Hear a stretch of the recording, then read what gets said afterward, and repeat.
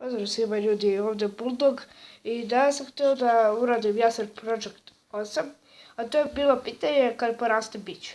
E pa, ja kao mali mislio sam šta bi moglo da bude kada porastem.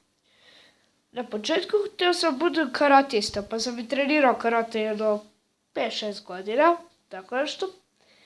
I na kraju mi se nije nešto svidjelo, pa sam htio da budem folklorista, ali ne bih baš za to, sada već ovo mi je 8. godina oko folklora. Druga stvar, htio sam da budem i vojnik, ali šta ako me neko ubije u ratu, pa sad to nisam htjela. I sada mi je uvijek u pitanju da li da budem policajac ili rukometaš. Meni je bolje rukometaš, dobro je policajac biti, ali nisam ja baš za te stvari zbog, pa,